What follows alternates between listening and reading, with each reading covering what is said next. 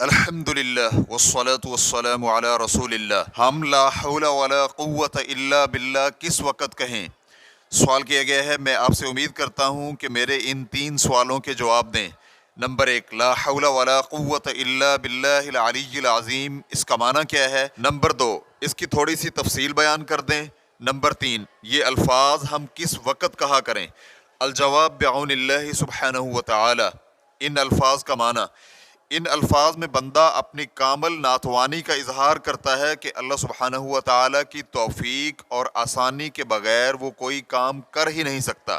لہٰذا انسان کی ذاتی توانائی، قوت، طاقت اور ہمت جس قدر بھی زیادہ ہو، لیکن اللہ سبحانہ و تعالیٰ کی توفیق شامل حال نہ ہو تو اسے کسی قسم کا فائدہ نہیں دے گی، اور اللہ سبحانہ و تعالیٰ کی ذات تمام مخلوقات سے اعلیٰ و ارفع ہے۔ وہ اتنی عظیم ذات ہے کہ اس کے ہوتے ہوئے کوئی چیز اس سے عظیم نہیں ہو سکتی، چنانچہ ہر طاقتور چیز بارگاہ الہی میں کمزور ہے۔ اللہ سبحانہ و تعالیٰ کی عظمت کے سامنے ہر عظیم چیز چھوٹی اور حقیر ہے۔ یہ جملہ اس وقت کہا جاتا ہے جب انسان پر طاقت سے بڑھ کر کوئی کام آن پڑے یا جس کام کو سر انجام دینا اس کے لیے مشکل ہو۔ الشیخ سعد الحمید۔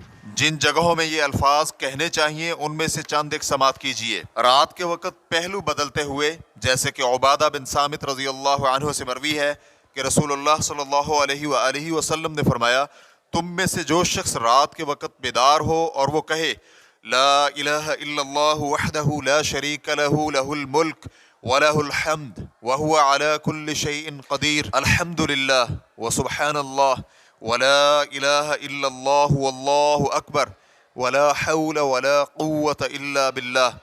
اللہ کے سوا کوئی حقیقی معبود نہیں، وہ تنہا اور یکتا ہے، اس کا کوئی شریک نہیں، اسی کے لیے بادشاہت ہے، اسی کے لیے حمد ہے، اور وہ ہر چیز پر قادر ہے۔ تمام تعریفیں اللہ کے لیے ہیں، وہ پاک ہے، اس کے سوا کوئی معبود برحق نہیں۔ اللہ سب سے بڑا ہے، اور نیکی کرنے کی قوت اور برائی سے بچنے کی ہمت اللہ کے بغیر ممکن ہی نہیں۔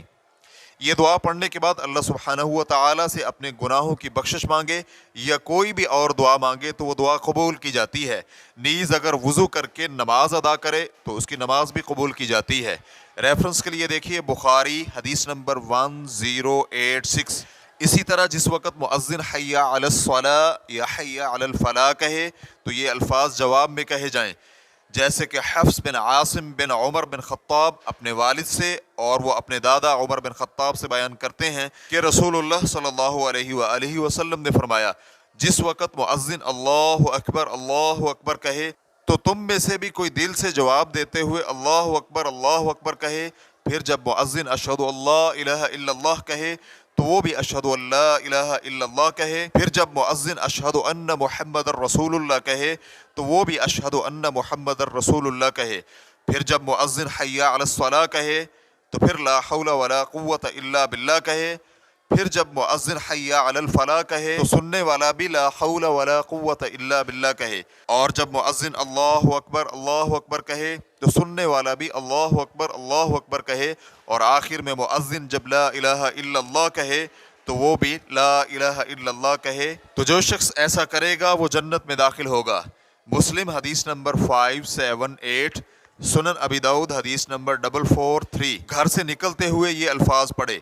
انس بن مالک رضی اللہ عنہ کہتے ہیں کہ رسول اللہ صلی اللہ علیہ وآلہ وسلم نے فرمایا، جو شخص بھی اپنے گھر سے نکلتے ہوئے کہے بسم اللہ توکلت علی اللہ لا حول ولا قوت الا باللہ، اللہ کے نام سے آغاز کرتے ہوئے اللہ پر بھروسہ کرتا ہوں، نیکی کرنے کی طاقت اور برائی سے بچنے کی ہمت اللہ کی توفیق کے بغیر ممکن ہی نہیں، تو ایسے شخص کو کہا جاتا ہے تمہیں اللہ کافی ہے اور تم بچا لیے گئے، نیز شیطان بھی اس سے دور ہو جاتا ہے۔ اسی طرح سنن ابی داؤد حدیث نمبر 4431 میں اس بات کا اضافہ ہے کہ ایک شیطان کو دوسرا شیطان کہتا ہے تمہارا ایسے شخص کے بارے میں کیا خیال ہے جسے ہدایت دے دی گئی، اللہ سبحانہ و تعالیٰ اس کے لیے کافی ہے اور اسے بچا بھی لیا گیا ہو۔ نماز کے بعد بھی یہ الفاظ کہے جاتے ہیں، چنانچہ ابو زبیر کہتے ہیں کہ عبداللہ بن زبیر رضی اللہ عنہما جس وقت نماز سے سلام پھیرتے تو کہتے لا الہ الا اللہ وحدہ لا شریک لہ لہ الملک ولہ الحمد وہو علی کل شیء قدیر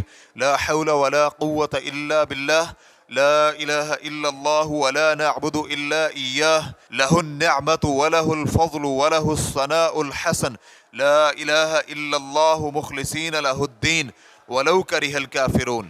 اللہ سبحانہ و تعالیٰ کے سوا کوئی معبود برحق نہیں، اس کا کوئی شریک نہیں، اسی کے لیے بادشاہت ہے اور اسی کے لیے حمد ہے، اور وہ ہر چیز پر قادر ہے۔ نیکی کرنے کی قوت اور برائی سے بچنے کی ہمت اللہ کے سوا ممکن ہی نہیں۔ اللہ کے سوا کوئی حقیقی معبود نہیں، ہم صرف اسی کی عبادت کرتے ہیں، تمام نعمتیں اسی کی طرف سے ہیں اور اسی کا فضل ہے اور اسی کے لیے اچھی ثنا ہے۔ اللہ کے سوا کوئی حقیقی معبود نہیں، یہ اقرار ہم اسی کے لیے عبادت خالص کرتے ہوئے کر رہے ہیں، چاہے کافروں کو کتنا ہی ناگوار گزرے۔ عبداللہ بن زبیر رضی اللہ عنہما مزید کہتے ہیں کہ رسول اللہ صلی اللہ علیہ وآلہ وسلم ہر نماز کے بعد ان الفاظ کو بلند آواز سے کہا کرتے تھے۔ مسلم حدیث نمبر 935۔ فتوی الشیخ محمد صالح المنجد، واللہ تعالی اعلم۔ اسلام کیو اے ریکارڈنگز، مؤسسۃ الشیخ محمد صالح المنجد، المملکۃ العربیۃ السعودیہ، فتویٰ نمبر 7747۔ والسلام علیکم ورحمۃ اللہ وبرکاتہ۔